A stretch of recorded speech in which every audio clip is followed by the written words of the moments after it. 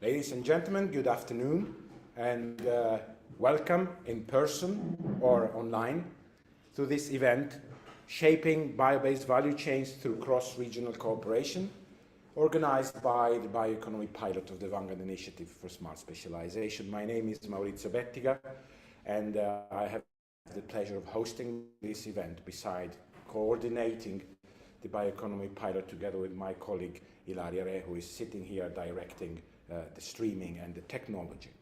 We are in this venue thanks to the very kind help of Professor David Cannella of the Group of Photobiocatalysis of the Free University of Brussels. And today we will talk about different topics within the Bioeconomy Pilot with some cases from the pilot itself and one example, one external service we can call, which can still be very useful for pursuing the pilot purpose. And what I'm talking about is what I will talk about myself, which is the contributing to extending and promoting and demonstrating the value chains connected to liquefied biomethane. And then we will have a contribution still from the pilot by Ludo Dils, a recorded contribution talking about bioaromatics. And then Marcel van Berkel from Biobased Delta will also present about the activities of Biobased Delta and the ignocellulosic biorefinery. And last but not least, John Goryup will present a very interesting platform, a matchmaking platform around biomass, which can be used, of course, for a very practical purpose of matching biomass production with biomass conversion, but also for one of the purposes that the pilot is pursuing, which is matchmaking for networking purpose and, for example, coagulating and catalyzing consortia for fundraising. I will, for example, dwell a little bit on fundraising during my presentation, in particular on a new, relatively new instrument which is specifically dedicated to interregional innovation investments and interregional value chains, which is the so-called I3 funding instrument, which I will explain. So thanks everyone again for the attention, and without further ado, I believe I can start sharing my own presentation and we can start our meeting. And I will ask everybody please to bear some patience between one presentation and the other, because here we have to fiddle a little with the technology. But if technology works, that's fine. So now I have to share my own screen. Like that. And like that. And that is my screen coming up. Very good. So can still everybody at home hear me? Yes, they say yes. Very good. So I will focus on one case within the Bioeconomy Pilot, which is the one I said about liquefied biomethane, on which Ilaria, myself, and our collaborators have worked during the last couple of years. But first, let me just give you a brief overview on the pilot itself. What is the Bioeconomy Pilot? Why do we call it like that? And what is it part of?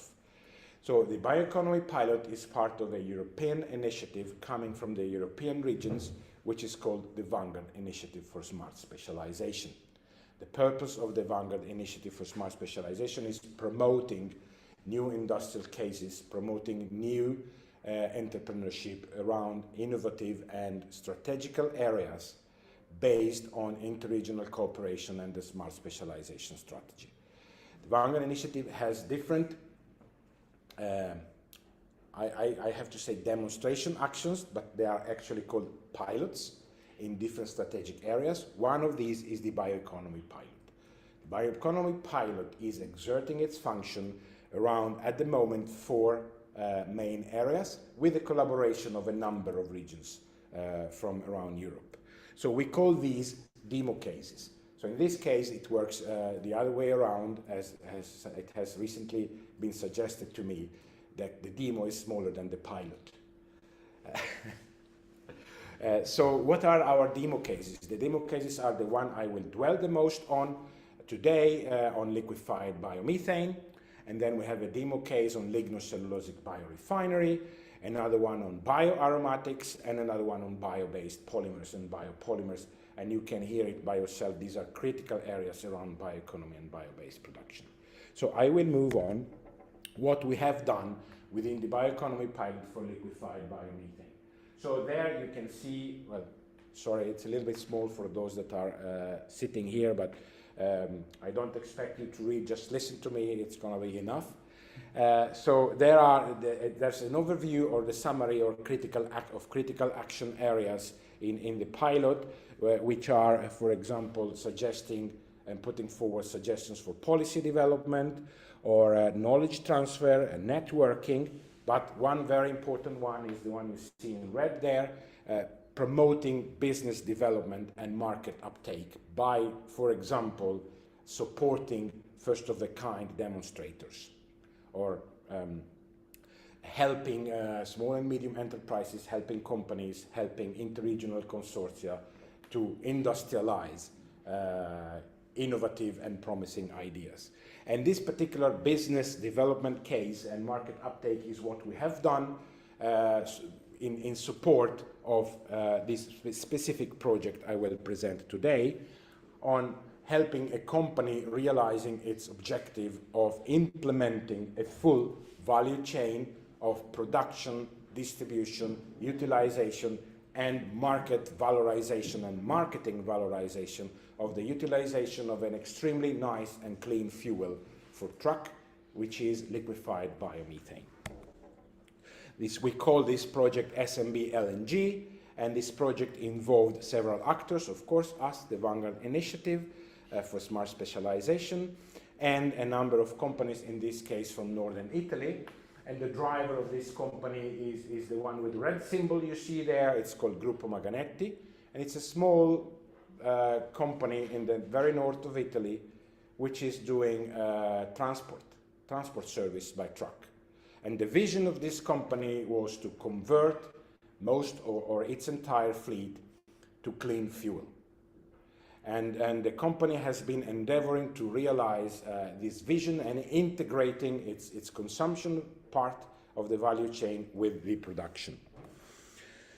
With our support and with the support of the CEO of the company, whose name is Matteo Lorenzo De Campo, the business model has been developed and finally implemented. So as I speak, this business model is a reality.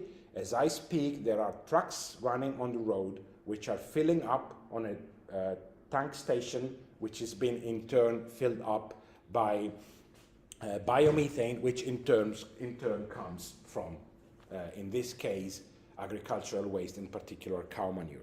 So the value chain goes from your left, a very large cattle breeder in the northwest of Italy, which is called Cooperativa Speranza. It has many heads of cattle, which has installed a biogas production, biogas upgrade, methane liquefaction unit in the farm. There is a filling station. It doesn't quite look like the one you see there, but it's real. And the filling station is providing liquefied fuel for transport company. Eventually, there are end users of the transport service, which are also in a way beneficiaries of this value chain, because they can say their goods have been transported with very low environmental impact. And this is a very important competitive advantage for the transport sector, where competition is driven by price. So with equal price, in this case, it is possible to offer a somewhat premium service, because it is a premium service with certified, locally produced, low-impact fuel. How does this work? I mean, let me just give you a small overview on what liquefied biomethane is. I will not go through all the schemes there, but I mean, compressed natural gas has been around for a while, especially for light-duty vehicles. Liquefied natural gas has been also around for a while. Why do we need to liquefy fossil gas or methane, which are chemically almost identical? Because in this way, we can fit enough mass, therefore enough energy, in a more or less regular tank to give sufficient mileage to a heavy lorry, 40 tons. This is not possible with compressed one because you cannot fit enough mass in the tanks, in the pressurized bottles to give a decent mileage to a heavy lorry. Now with liquefying it, of course you increase density, lorries can have a decent mileage and it becomes attractive. Price-wise, I won't talk about gas prices today. I mean, it doesn't make sense to talk about methane price today because tomorrow it's not going to be the same. But at the time when we started, it was sort of comparable with diesel, slightly more expensive. However, this is an enormously more clean fuel.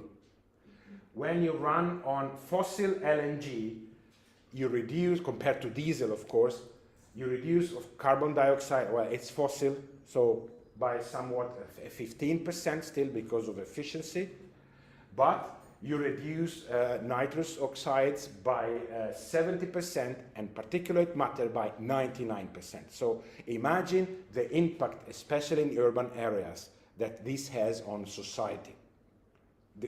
Because you know that particulate matter is the one that is very obnoxious to humans. If you switch to liquefied biomethane, which is chemically identical, depending of course on the supply of raw material to make this biomethane, you reduce carbon dioxide by 80%, nitrous oxide 70%, particulate matter 99%. So this is extremely clean, especially when it comes to heavy lorries, heavy transport.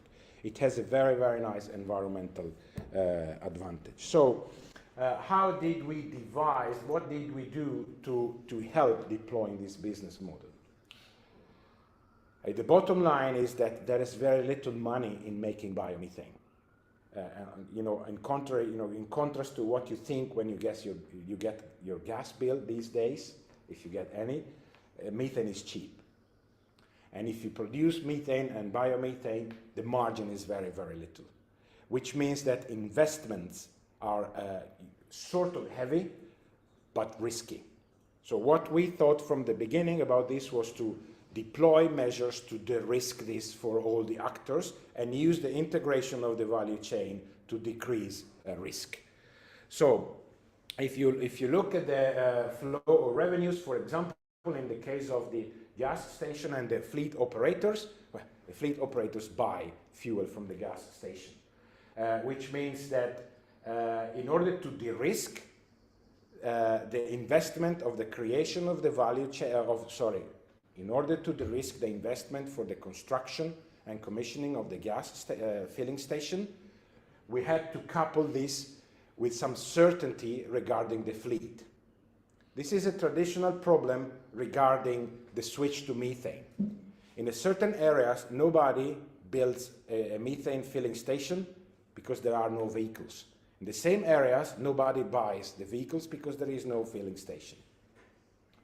And you get stuck into this. So the way we work on this is always to couple the presence of the certainty of a creation of a sufficiently sized fleet of vehicles so that you have supply and demand in one place and one can start breaking this cycle and investing in the filling station.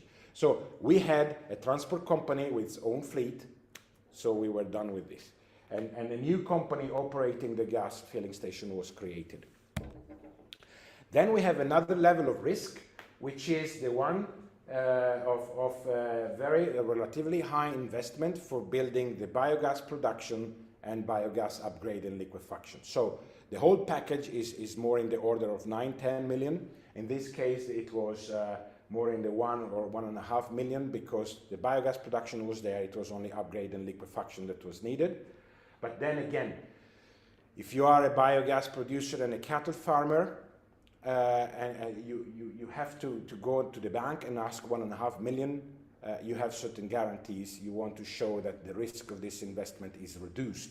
So the formula in this business model was that the owner and operator of the gas station would sign a contract of 10 years fixed price with the biogas producer for purchase of 2,000 tons per year. Now, the one that is the happiest of the current situation is the operator of the gas filling station, because it is buying liquefied biomethane at the price which is in the order of half or 75% of the current price of liquefied fossil methane. But this gave the possibility to the cattle farmer of de-risking its own investment, because this was a very nice contract, 10 years insurance on a flow of cash flow that you could predict. And of course, then we opened the model to third parties outside the consortium, we call it like that, because the gas station is open to anybody that has a truck that goes on this fuel to stop by and refill. So this was the entire construction and the entire situation. Of course, I don't expect that you read this. This is just to remind me that the station is selling 4 products, actually 2, which is a mixture of fossil and bio liquefied methane. Hello, welcome. And a mixture of fossil and bio compressed methane. And it is selling these to 2 different customers, internal customers and external ones. And again, to de-risk and make this favorable for the actors of the consortium, we developed a two-tier price model. So friends pay less than anybody else. At the same time, anybody else pays more, so the whole concept is making a cash flow from outside, from those that are stopping by. So we performed a scenario development and a projection of the revenues,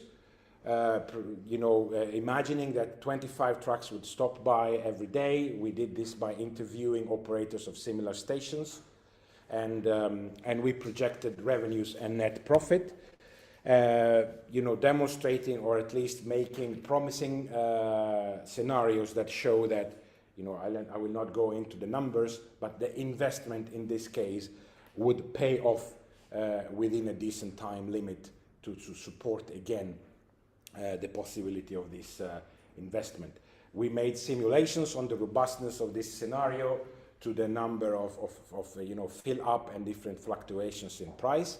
And with these numbers, we showed that if given circumstances are fulfilled, it is actually possible to deploy these investments according to this model with a relatively low risk and have a break-even at a decent time, which is between 5 and 8 years. So this worked, this has been deployed. Next, we moved on to fulfill our mandate on a European perspective. So we use this as a learning lesson, as a starting point to devise systems and methods to replicate this. This has become our demonstrator.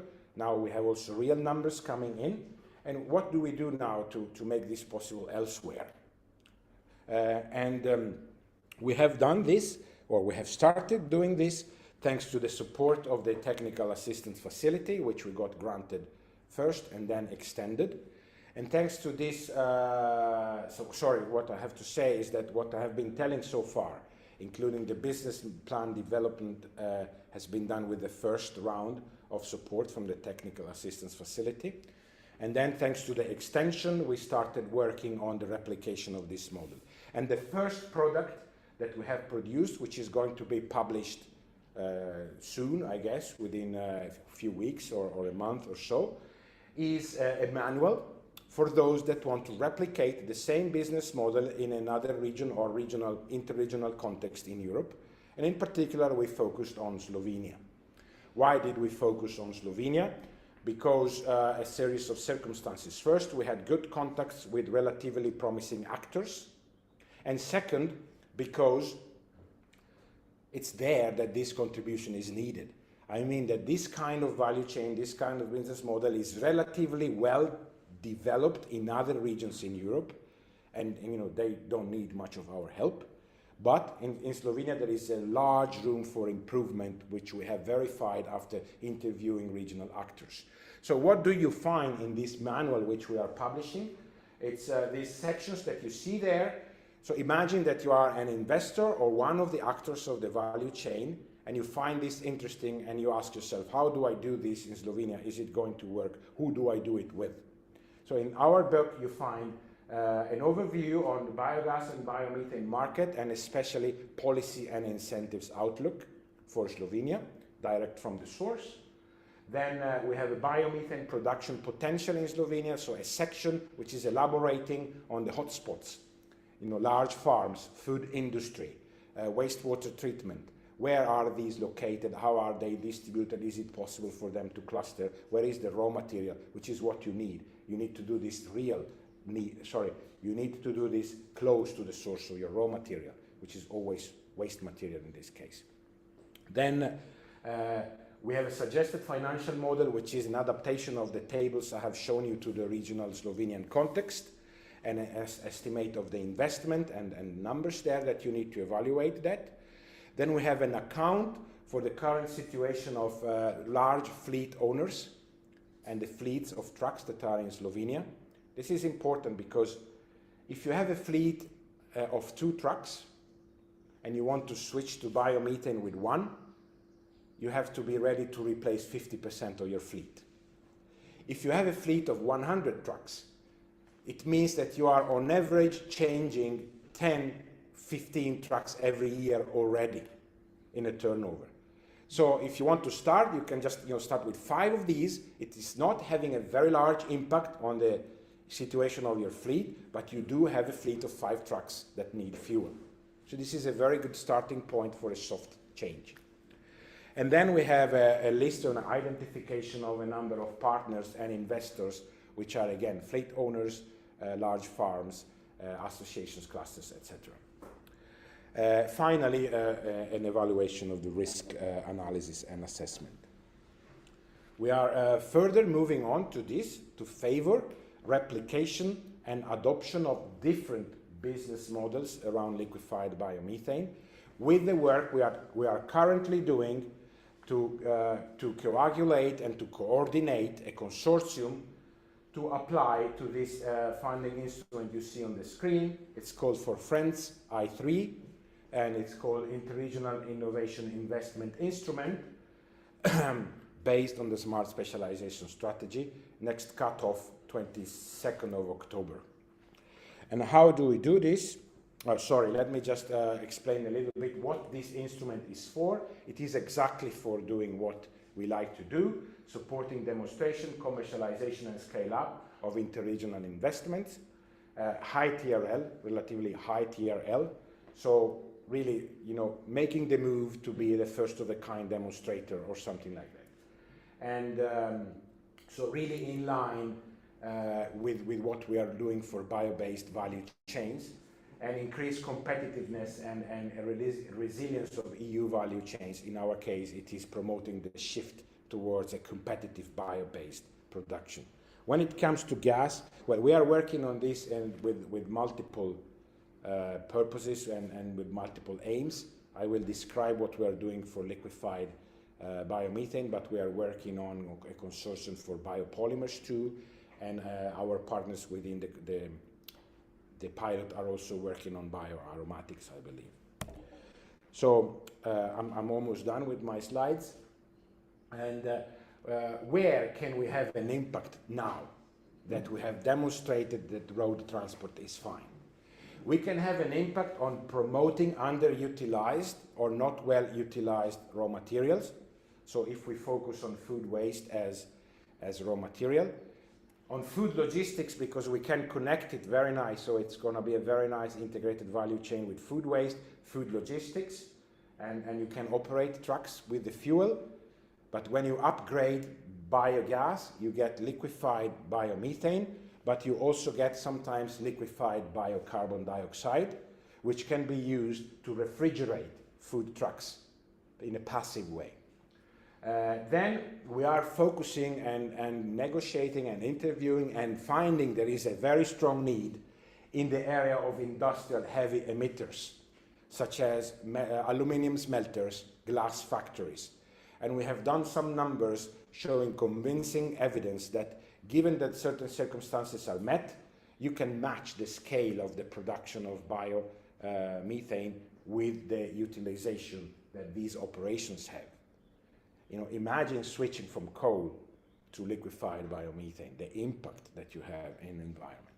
And then something we are working on, but I have to say it's been developed very well in the Netherlands and in Scandinavia, which is the use of liquefied methane and maybe even bio for shipping, for powering ships.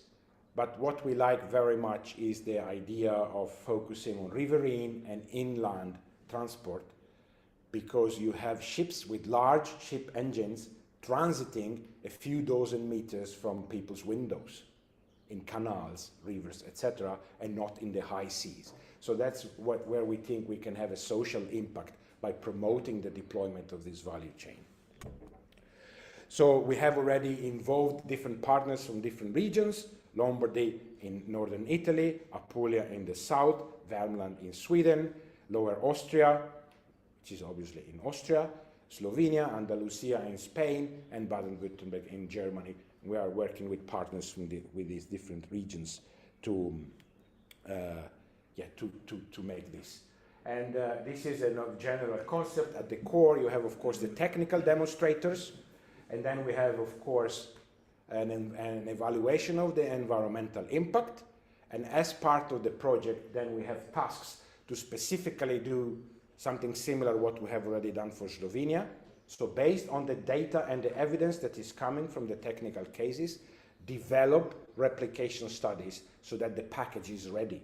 You have the instrumental and physical evidence from the first of the kind, and you have a manual that you can use to be the second or the third or the fourth.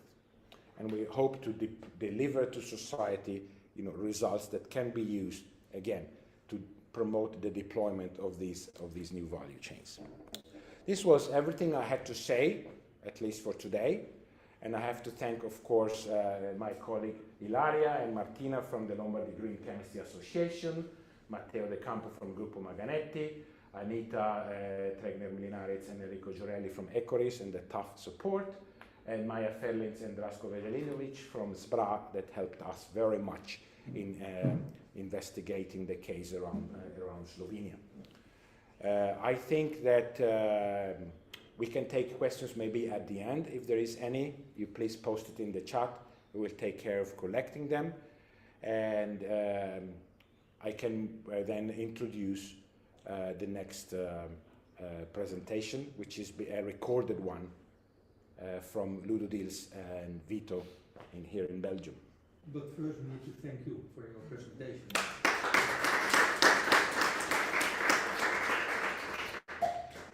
I said it at the beginning that I will be the one talking the most. So actually, I'm doing everything here. You don't know that. Okay, that's good. So now I will mute my microphone.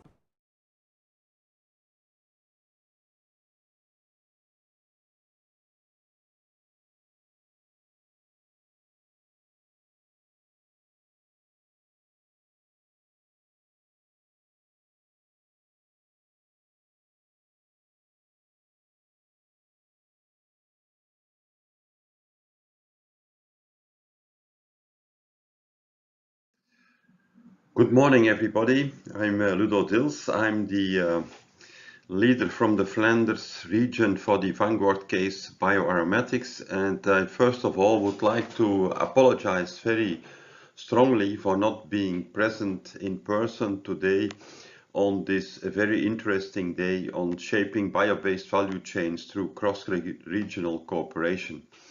Unfortunately, I have a board meeting in Spain, and so I could not combine by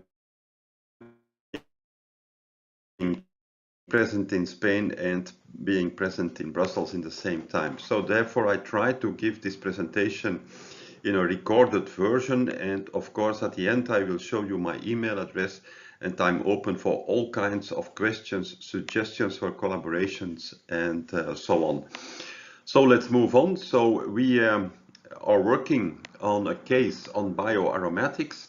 And why bioaromatics? I think it's very clear that in the pilot on bio, we are looking for the use of more bio-based chemicals, bio-based materials, bio-based fuels or energy in order to tackle at least part of the climate change issues, because with bio we come to a kind of climate neutrality use, and we see that there are a lot of possibilities. On top of that, I would like to say that it's not only concerning climate, but it's also concerning circularity.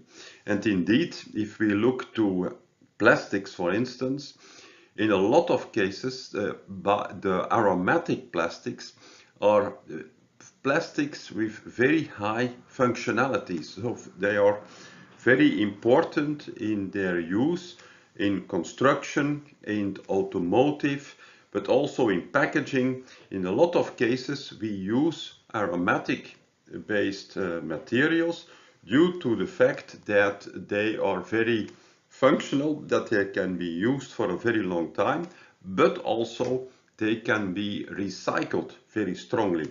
They are not degradable, which is different from other biopolymers, but they have the opportunity that recycling is possible, and which in the long term is even more important to keep bio-based carbon in the loop, and in that way to create a kind of carbon capture or a kind of carbon sink in our system.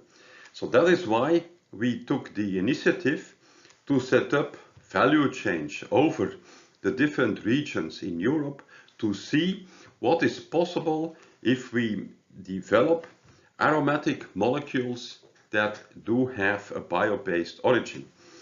It's also important to know that 40% of all the chemicals, of all the carbon-based chemicals that we use, are aromatic. So in that way you can see it's important from an economic point of view, it's important from the climate change point of view, and it's important from a circularity point of view.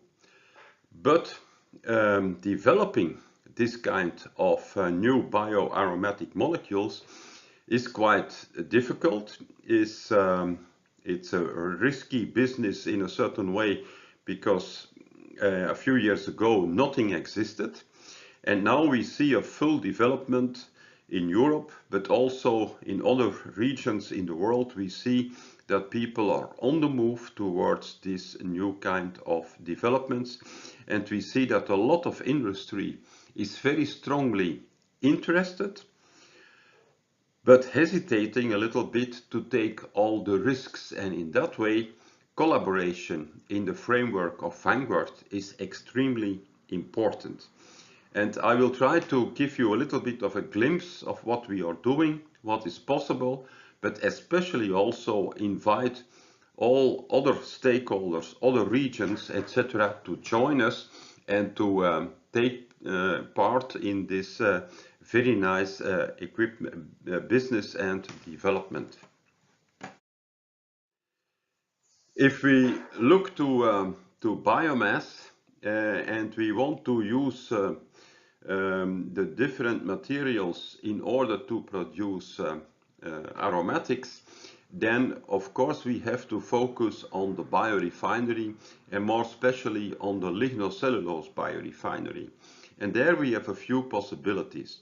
The first one is that we just take the lignocellulosic biomass and do a thermochemical processing, and this can be either a gasification, either a pyrolysis, and this will lead us to the classical monomeric molecules BTEX, benzene toluene xylene, that are produced nowadays from crude oil, and that are the basis for all the aromatics that are used in our chemical applications.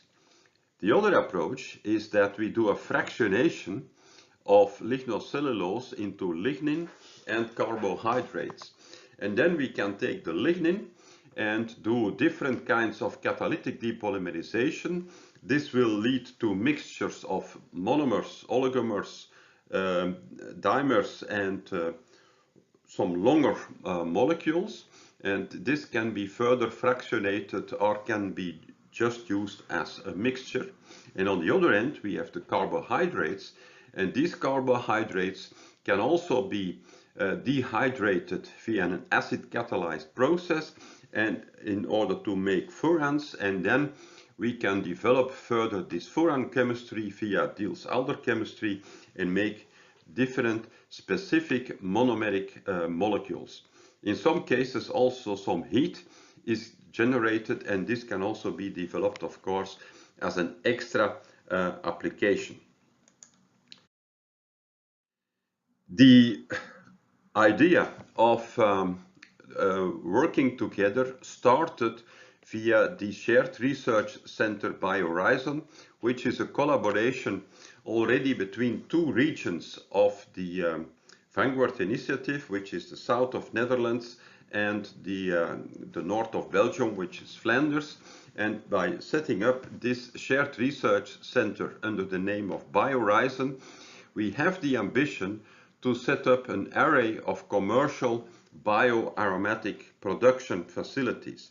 However, at the moment, we try to go for our first full commercial plant by 2025, and we work strongly on the development of our demo plants, which is now ongoing, and we have several skits and different pilot systems already fully operational.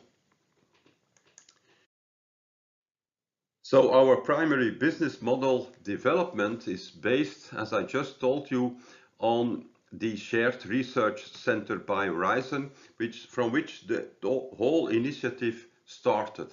And from there, we develop R&D to pilot actions and to demos that are already ongoing or installed. And so we have several actions on pyrolysis on one end. We have several actions on sugar to aromatics with a spin-off, which is relevant. And we have then several actions on the lignin depolymerization with a first lignin depolymerization plant known under the name Lignin Value Pilot Plant, operational since the beginning of this year. Here you see an example of the pyrolysis-based lignin valorization, which is installed at the Green Chemistry campus in Bergen-op-Zoom, which is the headquarters of the Shared Research Center. And there we are working further on the development of the technology, but also very strongly on the downstream processing of the different monomeric compounds, benzene, toluene, xylene, and other side products in order to make this commercially available and also to develop this fully into, let me say, renewable or sustainable aromatics, because such a plant can also be used not only on biomass, but also on plastic waste, for instance. As I told you also, we have the possibility to start from sugars, and this is something that we do especially from C5 sugars, and there we developed a full aromatic platform to produce different kinds of molecules like hemimellitic acid, phthalic anhydrides, hexahydrophthalic anhydrides, and epoxy hexahydrophthalic anhydrides. Also with different methylation of forms, which is extremely important and which is new compared to existing molecules. And this is all produced via the spin-off for furans-based chemistry, which is relevant.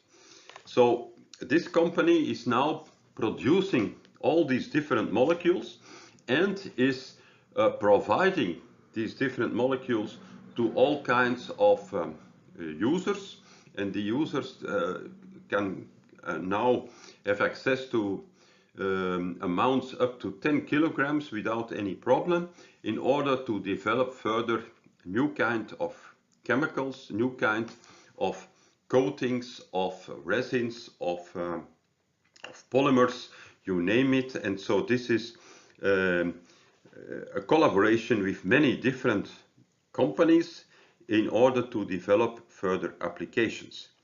And then we come to lignin. Lignin is the most abundant aromatic containing polymer present in nature. It is by far possible to use this lignin in a very broad range of applications. But we also see that lignin as such is a very difficult, let me say, nasty molecule, because it is very insoluble, it is non-reactive, it is not homogeneous, it is very heterogeneous, and it creates in that way a lot of uncertainties if you want to use it as such. And therefore it was very clear that such a multidispersed molecule can better be used if we do first a depolymerization, and then this depolymerization mixture can either be further fractionated in monomers, dimers, oligomers, and some small polymers, or it can be used as mixture in different applications. In order to do that, we needed as well large amounts, because a lot of applications are in the material business, and you cannot develop new materials with a few grams. You need immediately kilograms, and in a lot of cases you need even tons to do a full development of such an application. And therefore we put a lot of effort in the development of such a pilot plant, which is catalytically under reductive conditions depolymerizing the lignin into the different fractions. This plant is now ready and available, and I think this is really becoming a kind of heart or center for the vanguard case on bioaromatics, as this allows now that different stakeholders over Europe, members somewhere in the value chain, can make use of this plant. On one hand, we have a lot of feedstock providers, so providers of different kinds of lignin resulting from different developments of different treatments of wood, treatments of waste, treatments of graminea like miscanthus, etc. So different possibilities on one hand, and on the other hand it delivers fractions or lignin oil that can be used by different end users, especially in the chemical business, but also in the materials business, etc., spread again over Europe. So this is a key system that is available now in Flanders and will allow testing on different feedstocks and the development towards different applications. So it's really the key system in the value chain development of Vanguard. Having said that, I just give you an example here of what we are doing. You see in the x-axis that we are working with monomer platforms, oligomers, and with the crude lignin oil. And on the other end, on the y-axis, you see the different chemistry platforms that we are developing, like the development of epoxy, resins, polyurethanes for insulation, acrylates, but also polyesters, silanes in very specific applications, phenolic systems, supramolecular systems, and in some cases also we developed Diels-Alder chemistry. On the top you see that epoxy, polyurethane and acrylate are tested for all kinds of systems, and this is a kind of service that is provided via the developments towards different feedstock providers, that we do a testing on their feedstock to make an epoxy, polyurethane and acrylate, and then we see in function of the specificities of the provided feedstock what is possible and what can lead to a successful end use. And having done that, then the further developments can take place.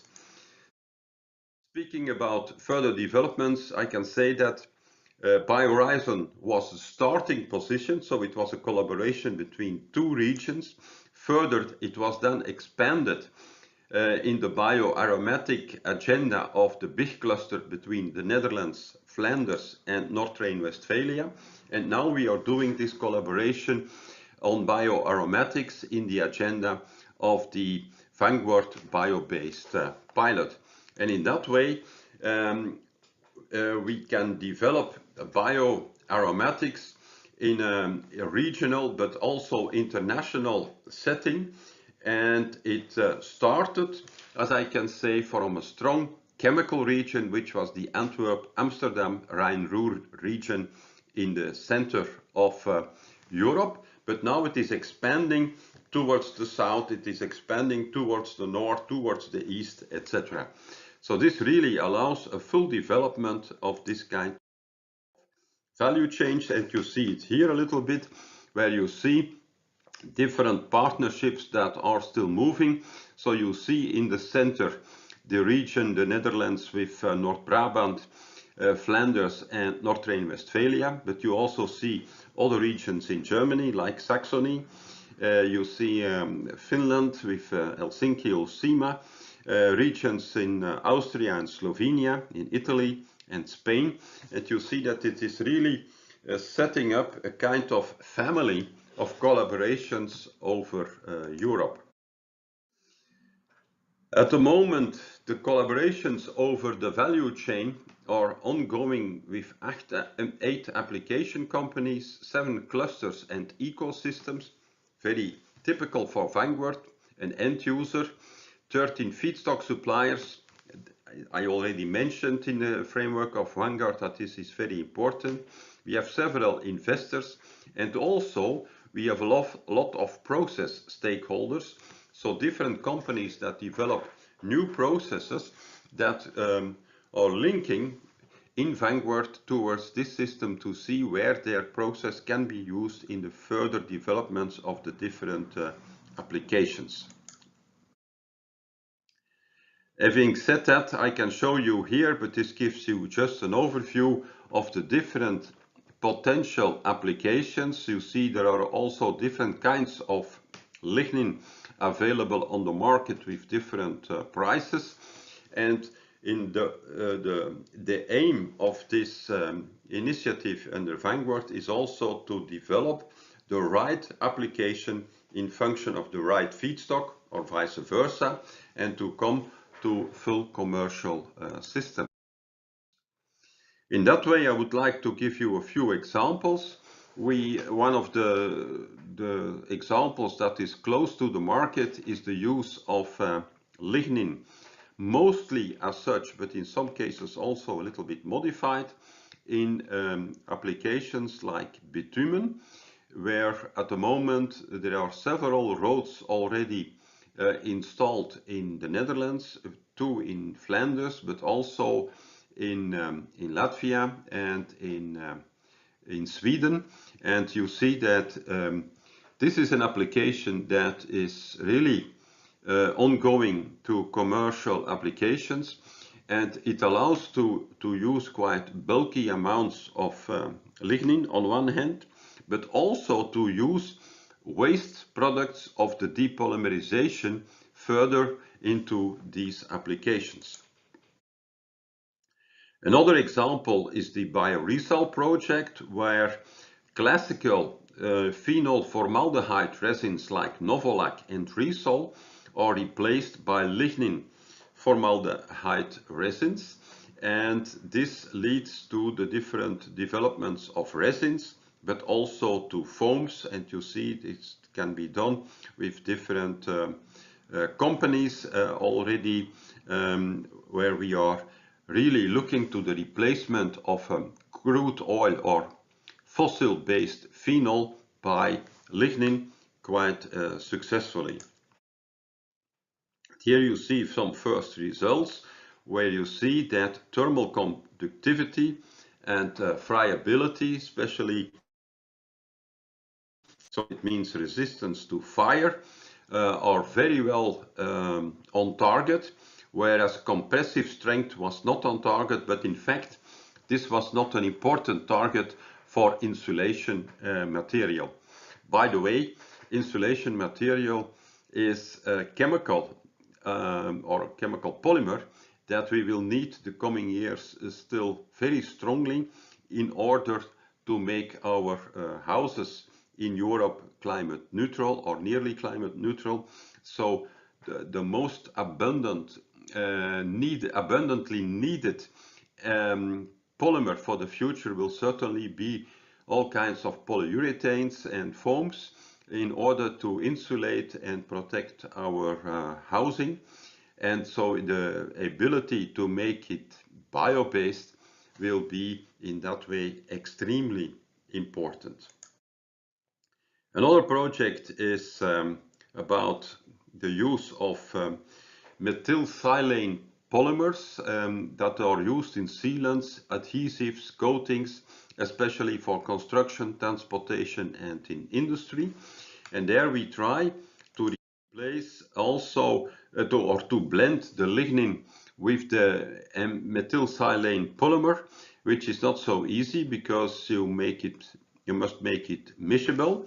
But we could show that by depolymerizing the lignin and then a subsequent silylation was possible as well at the level of the fractionated lignin, the dimers and the monomers. So it was very successful to do that, and we even obtained, for instance, a better thermal resistance of this kind of polymers, which made that all of a sudden this kind of polymers can be used in other new applications, which is of course expanding the market of this kind of systems. Just to give you a little bit an overview of other systems, here you see the Lignin Code project. You see on the right hand side all the companies with which we are working, and here we try to make coatings based on resins and bioadditives with improved fire, corrosion and biological resistance.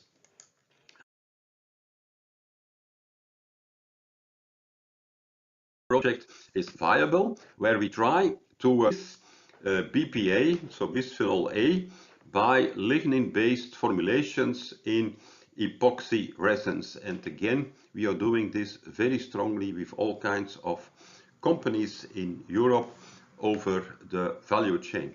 So here the lignin as an other application as well, and this is replacing a toxic or an endocrine disrupting compound like BPA and making it less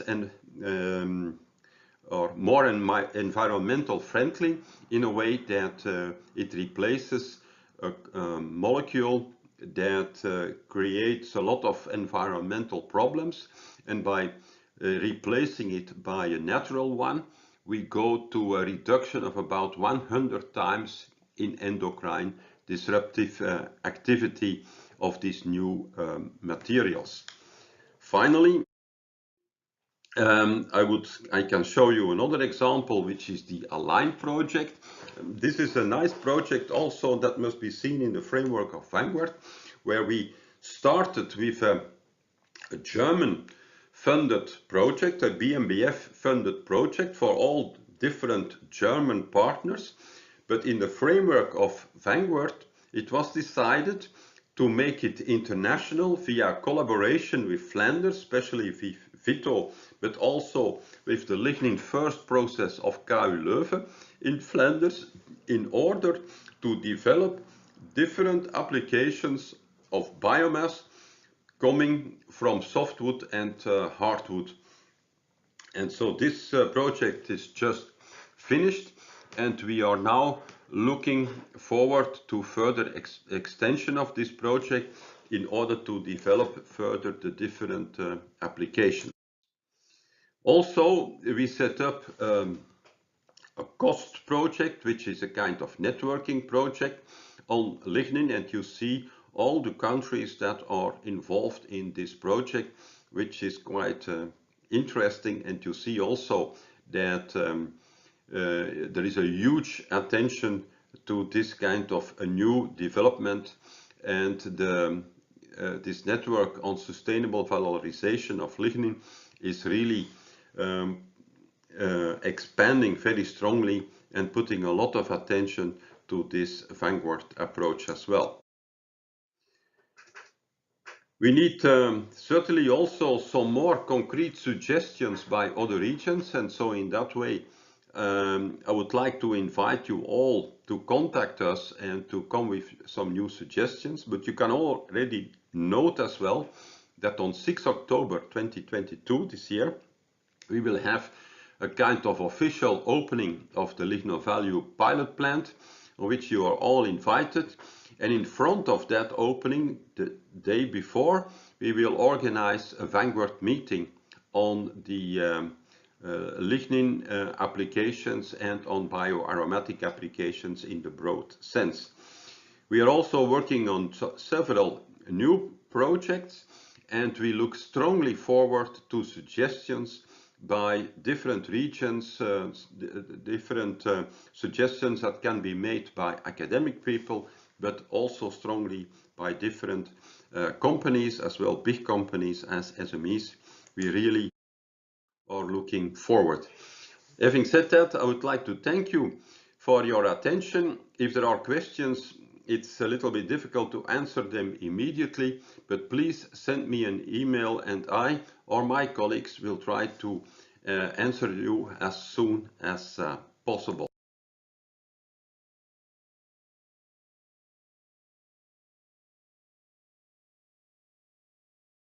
So, thanks for the attention, and thanks, Ludo. I will make sure I will convey your applause to him once I meet him next time. For those of you that are home, is Maurizio speaking again here, and I should comment on Ludo's final message. That is, of course, that is also valid, also, you know, in general for the bioeconomy pilot. If you think you have an idea or you want to bring forward an initiative which could benefit from our actions and interregional cooperation, we are, of course, open to suggestions. We are here to support. This said, it's my pleasure to introduce the next speaker, and Marcel van Berkel from Circular Biobased Delta. And I just give me some time for putting up his presentation and welcome him. Marcel, please, if you prefer to be sitting or standing, well, I will adapt. Yes? You did standing, so I will do the same. Okay, very good. So, as you can see, Marcel is there in the background. Oh, very good. And I will share his presentation over here. And that's the presentation. And full screen, and the microphone now has to be on, and I give you the control. There is still the part of, I'll just remove those. Yeah, okay, that looks good. Well, thank you for giving us the time to give a presentation. Welcome everybody. As you know, my name is Marcel van Berkel. I will introduce myself shortly. I have a background in chemistry and business administration. Worked 35 years for multinationals like Solvay and DSM. Had my own company for the production of levulinic acid, in Italy by the way. And for the last 5 years I'm independent consultant, and in that sense I'm supporting startups and scale-ups to be successful with business planning, financial planning, investor relations, and also with technical advice. And I do business development for the Circular Biobased Delta and the Green Chemistry Campus. Achieving competitive bio-based value chains, that's what I'm going to talk about today. Oei. That is, what's wrong with this? Oh, okay. the big one. So, first of all, the scene set, where do we talk about, why are we here to do this? Introduction of the circular bio-based delta. Then, of course, the feedstock transition, which is very important for climate change, CO2 emission reductions, and plastic circularity. So, to start with the scene set, and I don't need to show you all kind of terrible pictures of today and how it should be, but let's say that climate change mitigations has 6 big challenges. First of all, regarding to energy, electricity, what we need to switch or to the transition from fossil-based today to wind and solar in the future. Very important actions and a huge transition, much bigger than we can realize. Decarbonization of transport, there where possible. Electrical vehicles, trains are already electrical, but trucks and airplanes to make electrical is a little bit difficult at the moment. So therefore we need renewable fuels, sustainable aviation fuels. So there we still need to have carbon, and we are looking to make those fuels from carbon, which is coming from above the ground and not from under the ground. The renewable carbon, very important. We need carbon everywhere, all clothes what we are having, all food, there is carbon. So the carbon source is essential, and again it needs to come from all the sources than under the ground, and there are 3 main sources. So that's first of all the CO2, which is more and more available in the atmosphere. On the other hand, also bio-based carbon, from hydrocarbons to carbohydrates. And thirdly, what we use to try to recycle, so plastic circularity, and I will address those points, of course. So that's circular economy, and last but not least, also land use and efficient land use. Should we have energy crops or crops which grow fast and where we can use the carbon quickly, or should we have trees and wait for 10 years before we can harvest and use the carbon? Circular Bio-based Delta, we are a cluster organization, and we call it a triple helix organization. So it's a foundation, and we are funded by the government, by provinces, by private companies, and by academia and by schools. And that's our working field. We have the communication between those parties. We support policymakers by advocacy and lobbying. We support private companies by business matchmaking, and everything in the sense to accelerate the transition to a carbon-free or to a climate-neutral society. That's what we do in the southwest of the Netherlands. So we have an ecosystem there, and in the ecosystem we can support different players. It's our target to reduce CO2 emission in our area by 10 million tons in 2030 from bio-based and circular technologies. So not from energy and electrification, but from bio-based and circular. Well, here you see the our in the white circle. Well, it's a challenge for you to read, but I can see it here better. Well, supporting projects for a shorter time to market, so acceleration of existing projects. And mind you, new projects from startup companies take usually long time. So a lead time of 10 years from startup to commercial scale is fast. At DSM we brought new products to the market, new polymers to the market. That took at least 20 years before a commercial plant was there. And if we look into polylactic acid, one of the most famous bio-based polymers today, they started in 1990 and they became commercial a couple of years ago. So that's nearly 30 years. So you need to have a lot of patience, and therefore one of our missions is acceleration of existing projects. Also identifying new opportunities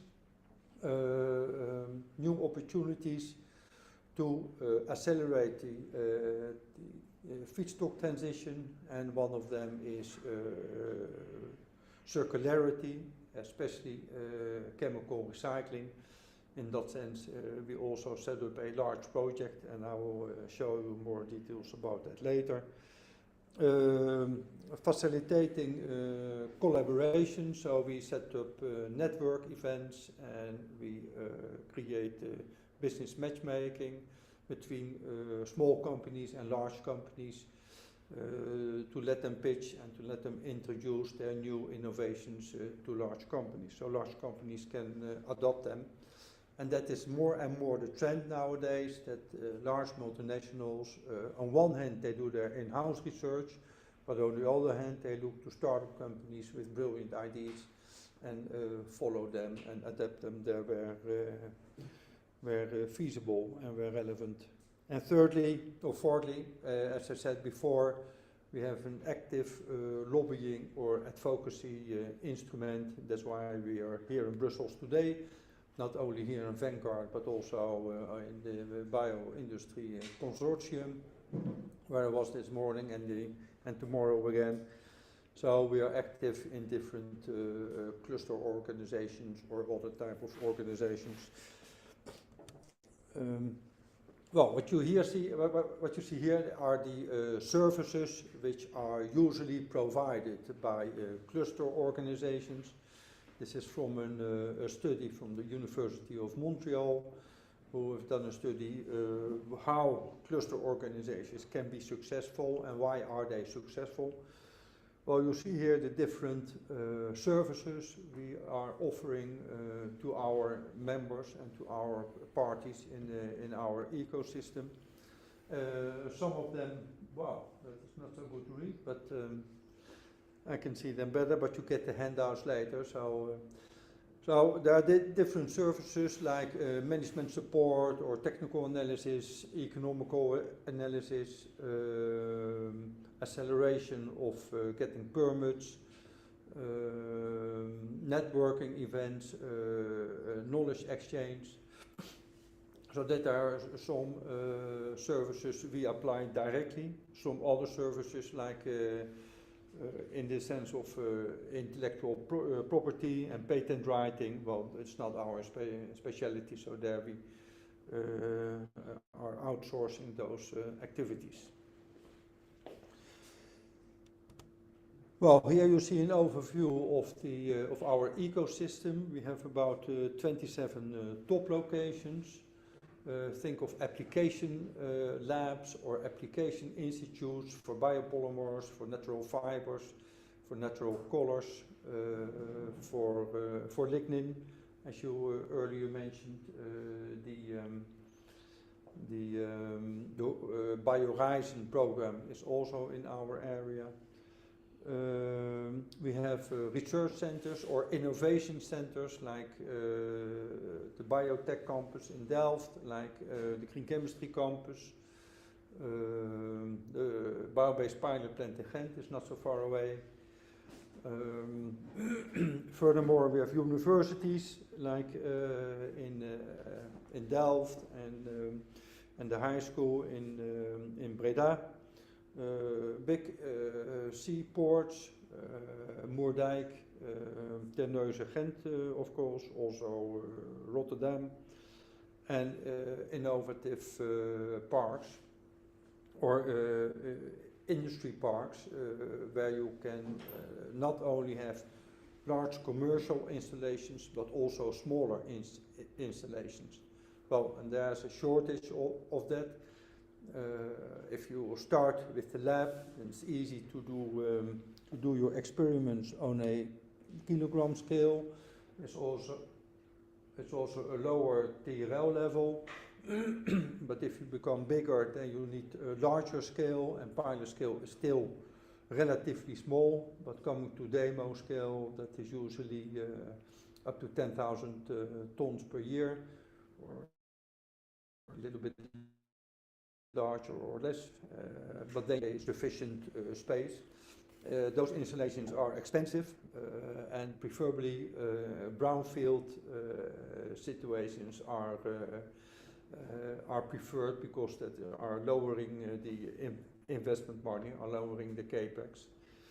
And that's typically an area where we in our ecosystem we can house the different TRL levels. As you can see here in this picture, earlier TRL levels typically schools and research centers. For pilot, there are different locations, pilot facilities, but that part in between, from pilot to industrial, there you need to have your demo installation, and that is a little bit more difficult. And we are developing that by, for instance, outside locations at the Green Chemistry campus. And then you talk about plots of 2,000 by, about 2,000 square meters. After that, you go to commercial scale. It's from TRL 8, and then the large industrial parks are available, like Port of Moerdijk, Port of Rotterdam, or Port of Ghent and Terneuzen. Well, the application centers, they cover the whole area, and the same as for the cluster organizations as we are, the Circular Biobased Delta. We give support to each of the different TL levels by our knowledge, by our experts, and sometimes also by interim management. Well, a picture what you also saw in the previous presentations from Ludo, but here in a different layout. The relations we have with different groups within Europe, with different cluster organizations. And for instance, with CLIP and IAR and BioVil, we are forming a 3BI consortium. So also within cluster organizations, we have cross-border different consortia. You see there's a high level of collaborations, and that is good because then we are on the same page. Even when there is overlap in activities, that means that we both are looking to projects which can match with each other and which can help each other. But sometimes we are in competition, like Dutch organizations as Brightlands or Genport. Well, if there are companies from abroad, say from America or from the Asia, and they want to have a location in Europe or in the Netherlands, then the provinces among each other, they want to, each of the provinces, they want to have that party. So there's a little bit of competition in between. After all, everybody's happy if the company comes in the Netherlands, but they are a little more happy if they are come in their own province. So that's why we call that a little bit of competition. Well, we also represent a consortium of small, medium enterprises, especially here in Brussels at the Bioindustry Consortium. And this group of SMEs, they are more or less representing the value chain of bio-based products. So we have pre-treatment and sugar extracting technologies. We have extrusion, we have 3D printing in it, vacuum forming and thermoforming, and also pyrolysis technologies. So that means that we more or less represent from start to the end of the value chain. And we are searching for connection in BBI projects or in Horizon projects for those companies. Those companies are too small to have one person representing themselves. That cost is for them too expensive. And we as a consortium or we as a cluster organization can do that for them for a relatively attractive price. So in the field of feedstock transition, the buzzword has always been bio-based, but bio-based is not enough. So we also look to CO2 and to renewable. So it's a more holistic scope, a more holistic view on carbon. Where can we get the carbon from? An initiative started by the Nova Institute in Germany, what we embrace. And from that, on the right side, you see that from the plastics we are making today, where about 90% is still from fossil-based, we need to have a transition to other type of feedstock, which is much more based on recycling, based on CO2, and based on bio-based. Well, as I said earlier, it's a huge operation. And especially if you think that of all the plastics, 50% about is polyolefins. So production today is about 400 million tons, more than 200 million tons is polyolefins. So polyolefins are made from naphtha, or are made from crude oil. Crude oil, after refinery, you get naphtha, and naphtha in the cracker, and that's making the polyolefins. Now, how to replace those? For instance, by start with waste cellulosics. Waste cellulosics or waste oil, waste cooking oil. What already is happening, especially waste cooking oil, is a huge operation, and there are huge biorefineries. Also by energy crops, so special crops what you can breed for getting the carbon and for the transition from, or for the conversion from bio-based to products or to materials, or waste plastics, of course. Then you talk about circularity. So from these sources, you can convert them by pyrolysis or by HVO or by other technologies, by biorefinery, to oil and gas or intermediates, and that you can convert to an oil which you can put back into the naphtha cracker. And then you have a circularity for your olefins. As you can see here, olefins are produced, consumed, and then the waste is sorted again or is recycled again.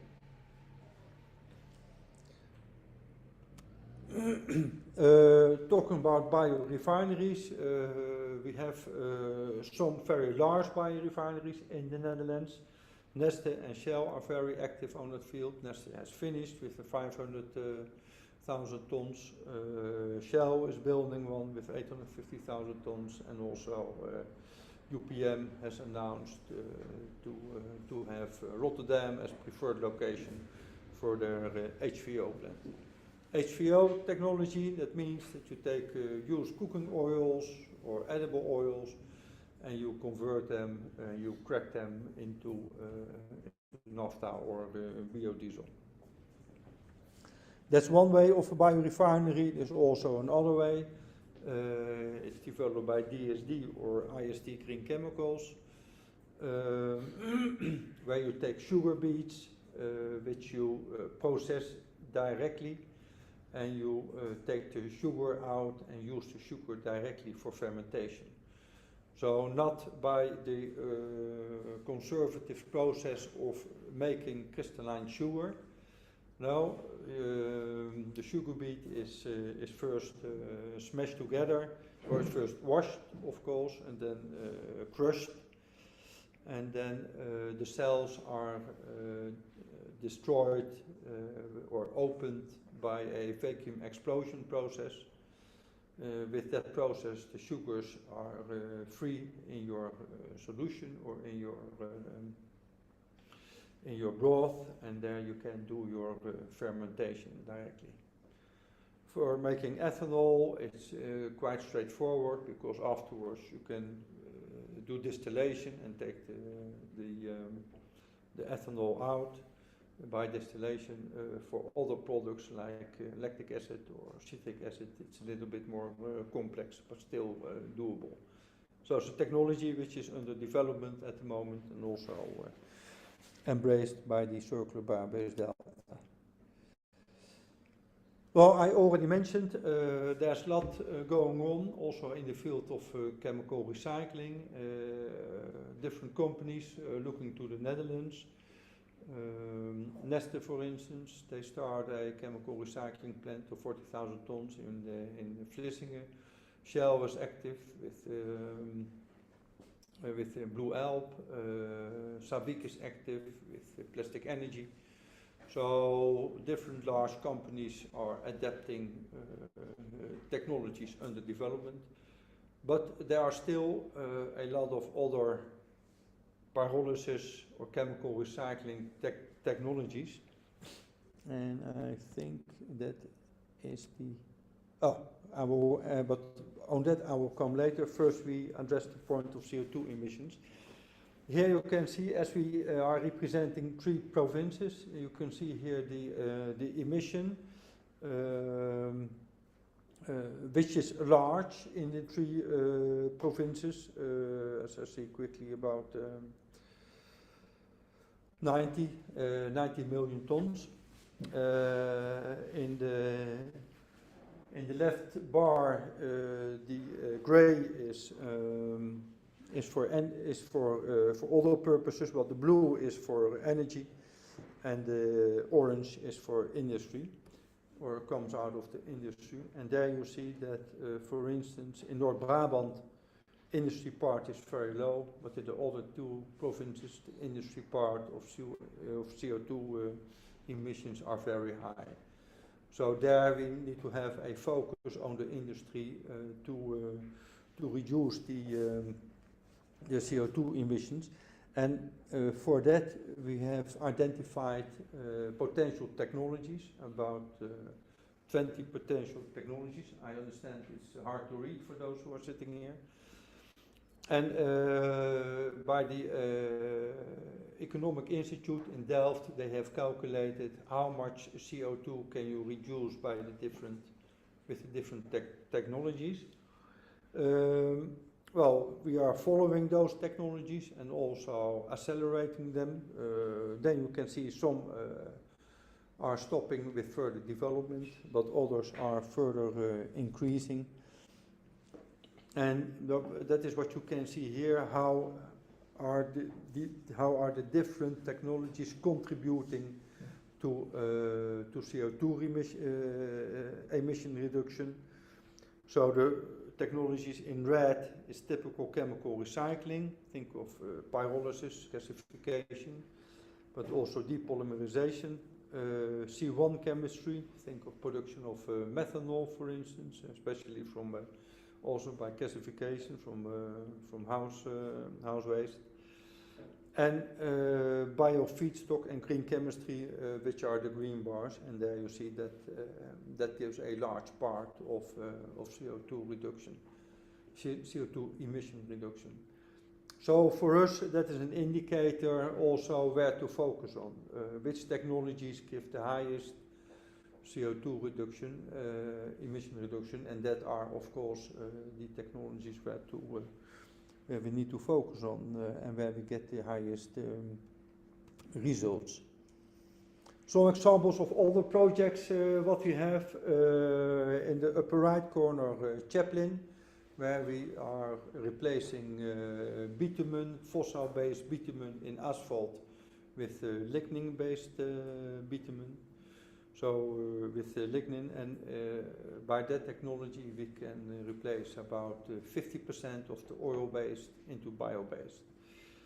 Another project, Biogate, typically for the port of Moerdijk, where we are it's a project for the production of ethylene oxide, bio-based ethylene oxide, of course. Natural fibers, we have different projects in the area with composites and natural fibers, and you can see here one of the bridges what we have made.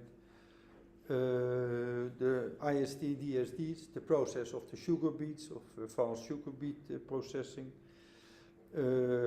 Carbon capture and utilization on the left top corner, where is Alta Technologies, where we are producing a new type of batteries. Cozen Beet company has challenging targets of having in 2030 30% of their turnover based on bio-based products and not sugar only. We have a chemical recycling park in the Green Chemistry campus, and as mentioned before, the Biohorizon project, where Ludo Deals already has explained. Some last word on plastic circularity, plastic recycling. Well, we see about 60 companies or technologies who are active on pyrolysis. And when there are so many technologies, well, that means that it's difficult and not one is really winning. So you see large companies are making their choice, but there are still a lot of small companies left. And how to make your judgment about that? Well, for that we have, with our expert team within the organization, we have set up two types of criteria for technology and for economics. So the economic criteria are, by example, CO2 reduction. So how much CO2 emission can I reduce with a certain technology? Yield, so marketable product, sellable product per feed. How strength is your consortium? Are you a company with only 4 or 5 people, or do you have large oil companies behind you? Are you dependent on gate fees? Well, today, you know, plastics, if you take away the plastics from the collector, you are receiving money, that is the gate fee. But everybody will have this plastics. So in the future you will have to pay for this waste product. And if you're too much dependent on a high gate fee, well, then you are on long term not successful. And of course also the internal rate of return. On the other hand, also we have criteria for technology evaluation. Think of the complexity of the technology. So what is the probability of success, in other words? Is it a lot of process steps? Is it high temperatures, high pressure? TRL level, the higher TRL level, the higher or the less risk, of course, and the higher chance for success. Availability of the right materials. You still see that a lot of companies are focusing only on polyolefins and polystyrene, because those products contain only carbon and hydrogen atoms. So that's much easier to recycle and to produce oil of it. Scalability, we like to see large scale, preferably 100 tons plants, because only in the Netherlands we have 3 locations with naphtha crackers and a total consumption of 50 million tons. And even if we collect all the plastics what we have in the Netherlands and we turn them back into oil, then we don't come further than 500,000–600,000 tons. So there's an enormous gap what you need to bridge for the carbon transition. And that means that apart from plastics, you will also need to have waste biomass and convert waste biomass into oil, otherwise you will never get there. And last but not least, the required investment by how much capex is needed per kilogram of feed. Well, putting everything together in your black box, and then you get an analysis out of this, where some of the companies are in the right upper corner. Of course, they are the favorite. But some of the companies are much more still high, so that means the economic analysis was good, but the TRL level is still low. that companies can easily mitigate on the axis of the technology success. On the other hand, those companies where the technology analysis is also low, those are a little bit more difficult. It's much more inherent to the technology. It's not only important the position of the companies, but especially the discussion around it. Of course, here it goes too far to discuss in further detail. Otherwise, I have definitely more words than you. Thanks for your attention. This is what I wanted to bring you, and I'm open for any questions or discussion.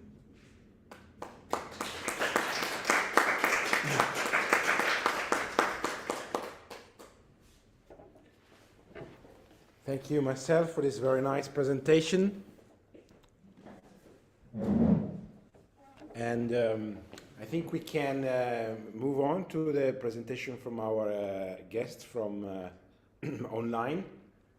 And we have John Goryup here. Hello, John, can you hear me? Hello, I can hear you, yes. And we can hear you loud and clear. Perfect. So I think you can just start with your presentation, sharing your screen and presenting to the public here and to those that are following us from home whenever you're ready. Perfect, thank you very much. So with me today here is also my colleague, Michael Keller, who is working with me on the project and on the solutions that we develop for the acceleration towards more sustainable bioeconomy, towards more circular approaches and more sustainable future. So also welcome to Michael. Thank you, Jan. I will be very short and give the floor back to you in a second. I hope you can all hear me as well. It's a real pity not to be able to be with you in Brussels. My name is Michael Keller, and I'm the Deputy CSO at the School of Engineering and Architecture of Fribourg in Switzerland, which is part of the University of Applied Sciences of Western Switzerland. Our city lies on the German-French language border, so commonality with Brussels. But other than that, I guess that Fribourg is not very well known to many of you. Within Switzerland, however, our region is actually one of the forerunners in the field of bioeconomy.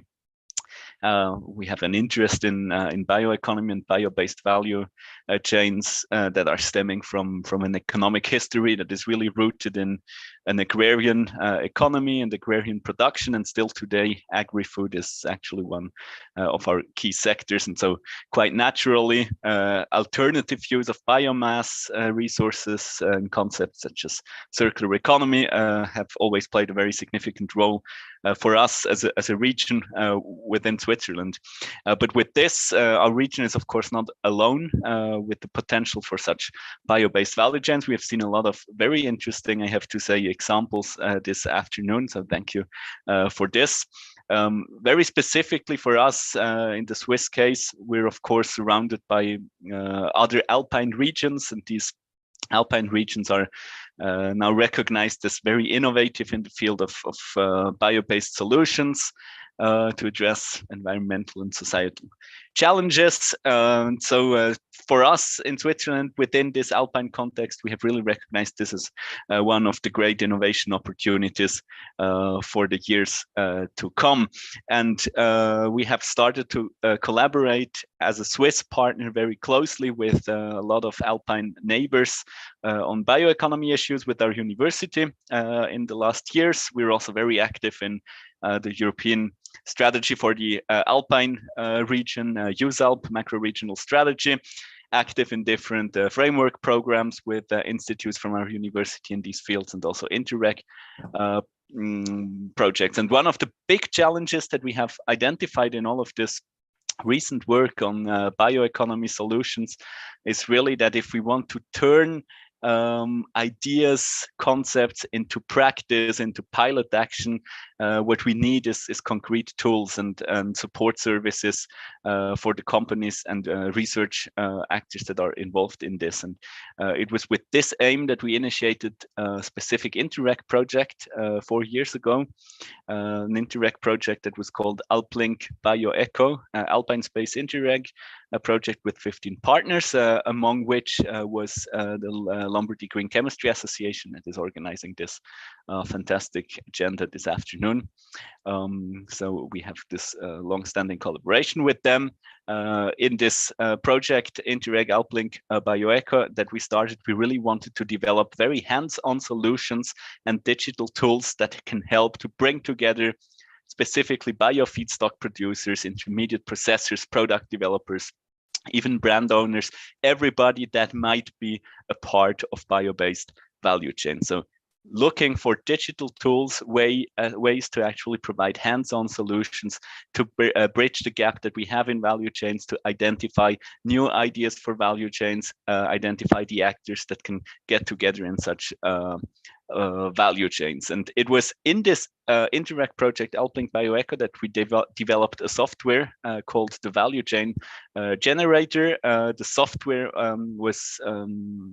the development of the software was driven by the Institute of Complex Systems, ICOSYS, based at our university in Fribourg, Switzerland. The project is now finished since last year, but the tool, the Value Chain Generator software, is actually alive and kicking. We are now collaborating with the German company Uvasi, which is represented here by Jon this afternoon in the further deployment of this software, of this tool. We have developed this very specifically for bio-based value chains within the Alpine region, but our aim, and I think an opportunity for all of us, is now also further deployment across Europe. So much just as a short introduction to set the scene here, and maybe help to understand a bit where all of this is coming from. And I will hand over now to Jon to give you a bit more detail and take a look at what all of this is actually about. Good. So thank you very much, Michael, for the intro. So let me just go ahead and share my screen. Please let me know if you see it, just so that I can move. Yes, excellent. We see it. Okay, perfect. So as Michael said, the scope of our work is bioeconomy, and our whole mission is to accelerate the development of resilient value chains, sustainable value chains, as well as to support the innovation field in terms of finding new opportunities for new sort of processes and new implementation of infrastructure across the landscape, so that we can achieve the goal of, let's say, more sustainable industry. Okay, so as we currently see, a lot of companies that especially in the bioeconomy space, are facing really big disruptions in their supply chains, mostly also right now because of the conflict in Ukraine. So we see a lot of lack of materials, from agriculture ingredients to wood and so on. And as well as that, in order to make sure that we get more resilient, we believe that companies also have an opportunity to operate in more circular ways, so that not only are they dependent on the inputs and outputs that they use in their production on a daily basis, but that they can sort of valorize also the side streams of their production and find opportunities in the market, find opportunities for collaboration with other companies, with other facilities, to make sure that they can utilize that. But companies in this regard need support, and they are not, in many cases, they are not able to do it on their own, since they don't have the internal capacity, they don't have the knowledge, they don't have the time to engage in such innovative activities. So how we see, that the opportunities in circular bioeconomy. So right now, we see that already a lot of, let's say, industrial symbiosis already exist, but they are really difficult to discover. They are really hidden. And maybe we can do pilot runs, we can do some pilot projects to showcase how certain things can develop, but still majority of the opportunities in the market, with hundreds of thousands of companies around us, are not able to be identified. On the other hand, a lot of these circular opportunities that exist have the potential to be realized, but there is still this gap in terms of the technology and the infrastructure that is necessary in order to establish the value chain. So as for the example of the previous speakers, there is lack of biorefineries, and if these biorefineries can be placed in the right locations, can have the right internal processes for different resources, depending on resources available in those locations, then we are able to stimulate the development of more circular value chains. And here comes into play our solution, VCG, which is a solution for development of cross-regional and cross-sectoral collaboration.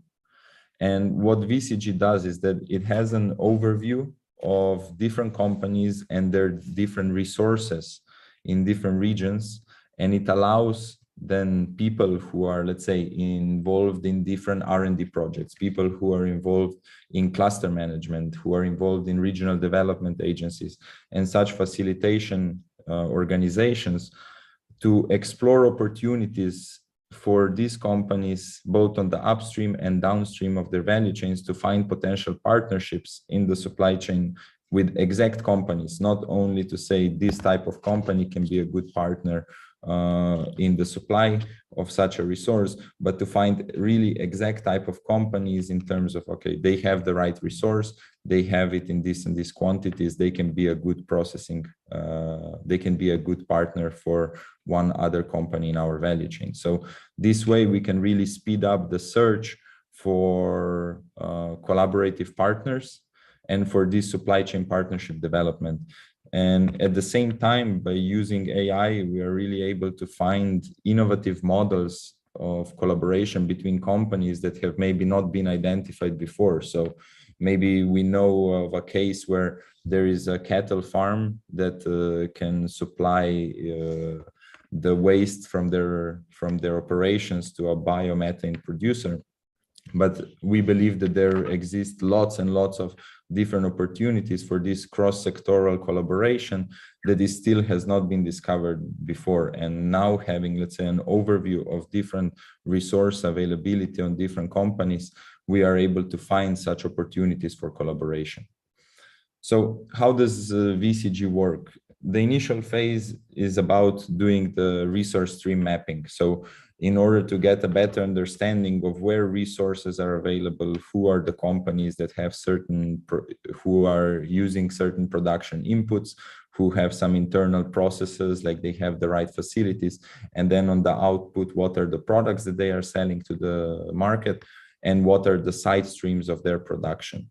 And we are able to achieve that so by engaging the solution in different initiatives, different projects, different clusters, to do the mapping internally within the stakeholders of those initiatives, but also by collecting data from the internet, collecting data from other public sources to create a more comprehensive map of resource availability across regions. In the second step, we look at this resource stream matching. So here we are looking for this collaboration between the companies that can occur to have these symbiotic opportunities that can be realized, as well as to find the opportunities for collaboration that still require some sort of missing infrastructure, missing technology in order to provide the most resource efficient opportunities, both upstream and downstream, for individual companies and for entire value chains, really quickly, really efficient.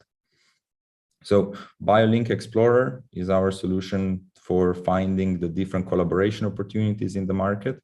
So here on the screen, you can see just a screenshot of how it looks like. I will later show you also in real time how it works. And this is the part of the solution that works on the resilience and the sustainability for the value chains. Okay. On the other hand, we have this system for data analytics to better understand where are the gaps, and this part covers more the innovation process of what we are facilitating. And that is really identifying points where residuals still have an opportunity for better utilization and drive the development of, let's say, R&D projects, of collaborative R&D projects, based on the fact that there is an identified gap in the value chains that needs to be developed. So as in the case of, for example, the biomethane presented earlier, there had to be the additional infrastructure into a biomethane production facility that was able to liquefy it. So here our goal is to find those type of gaps that can be implemented through R&D projects, so that more and more of such models can be replicated not only in one region, but can be replicated across regions. So these are just some examples that we have, in terms of value chains that were created using the system. So here we have reuse of, for example, residuals from wood processing for lignin production, also an example that was mentioned earlier, but here very much in practice how it is able to find the exact companies that can collaborate on such implementations. And then you can design also more complex value chains where you are not only limited to 2 nodes or a few nodes connecting on the same resource, but really model ideas of how you can have multi-node connections in the system. So for example, here, production of bio-based polymers for reusable cups and so on.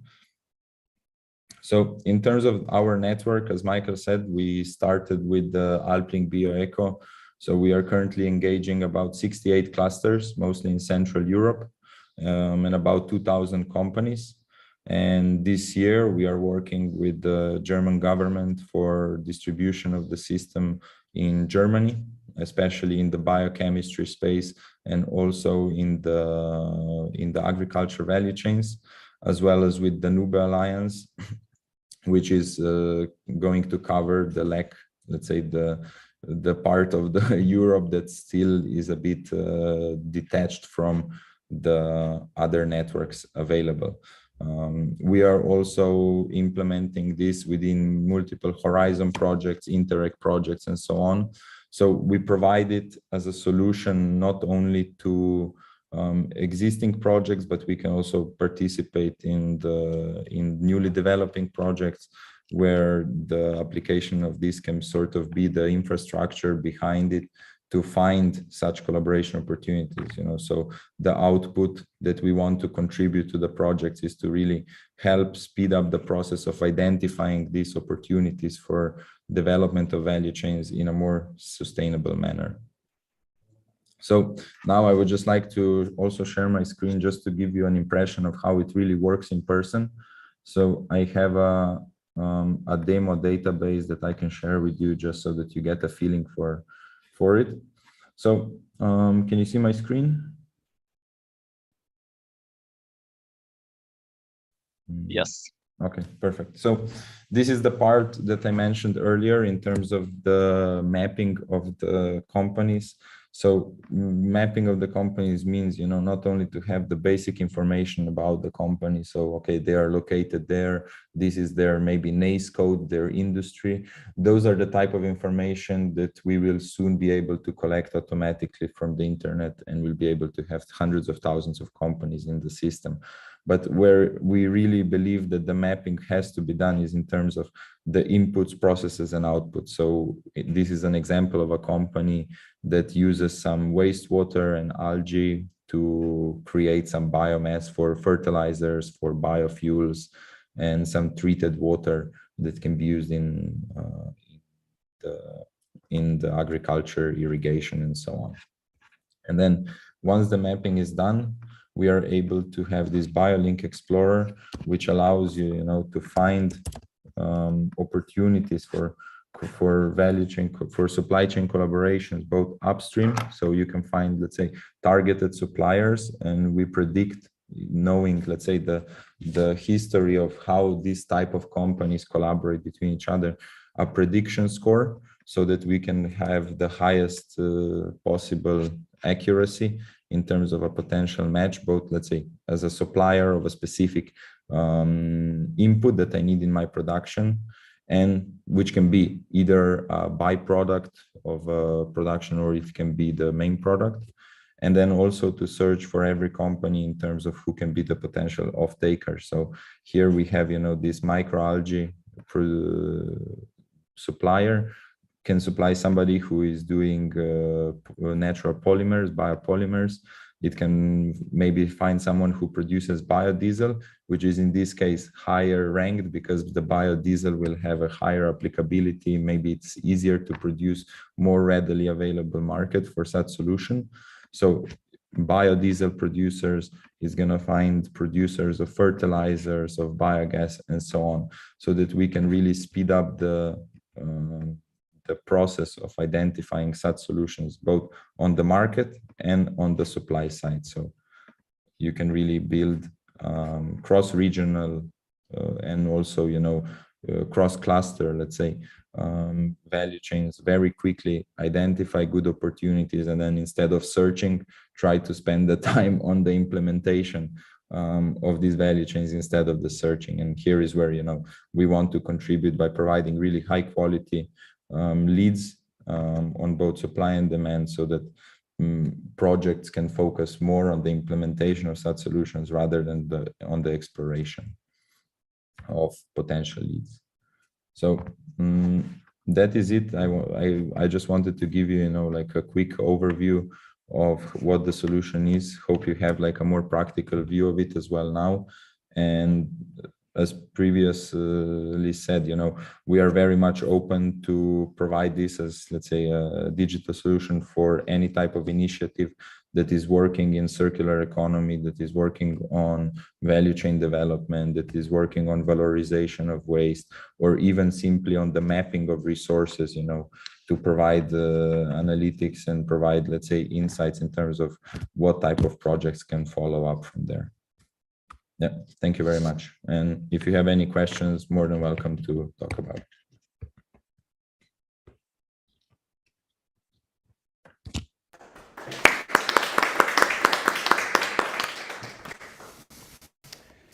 And thanks for a very nice presentation. An interesting tool you have developed, really impressive work, and I think it can be used also, for in general for networking purposes within the bioeconomy community.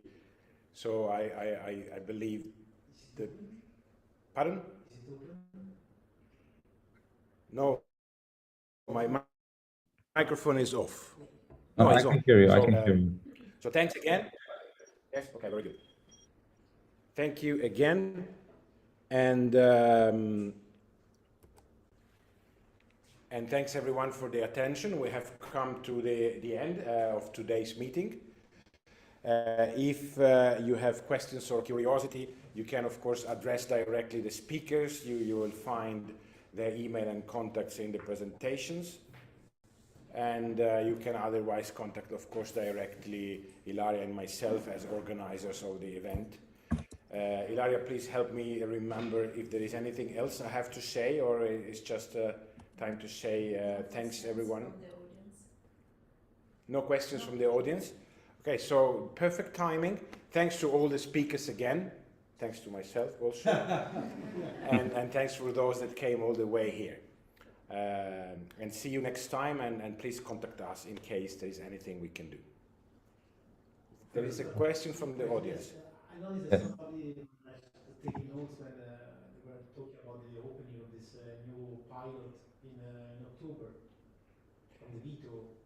Yes, the Bio-Horizon, or the Lignin Valley. An open event, so the students can come in case. So if the question is if the students from the group here or the photobiocatalysis group at the Free University of Brussels can join, I believe that you can place a request in case the event is not open, to join the inauguration and to bring a group of students. I believe that will be done, and I'll be happy to convey the request to Ludo on your behalf. So thank you again, everyone. Thanks to those that joined from remote and those that joined from here. Perfect. Have a good day. Bye-bye. Bye-bye. Thank you.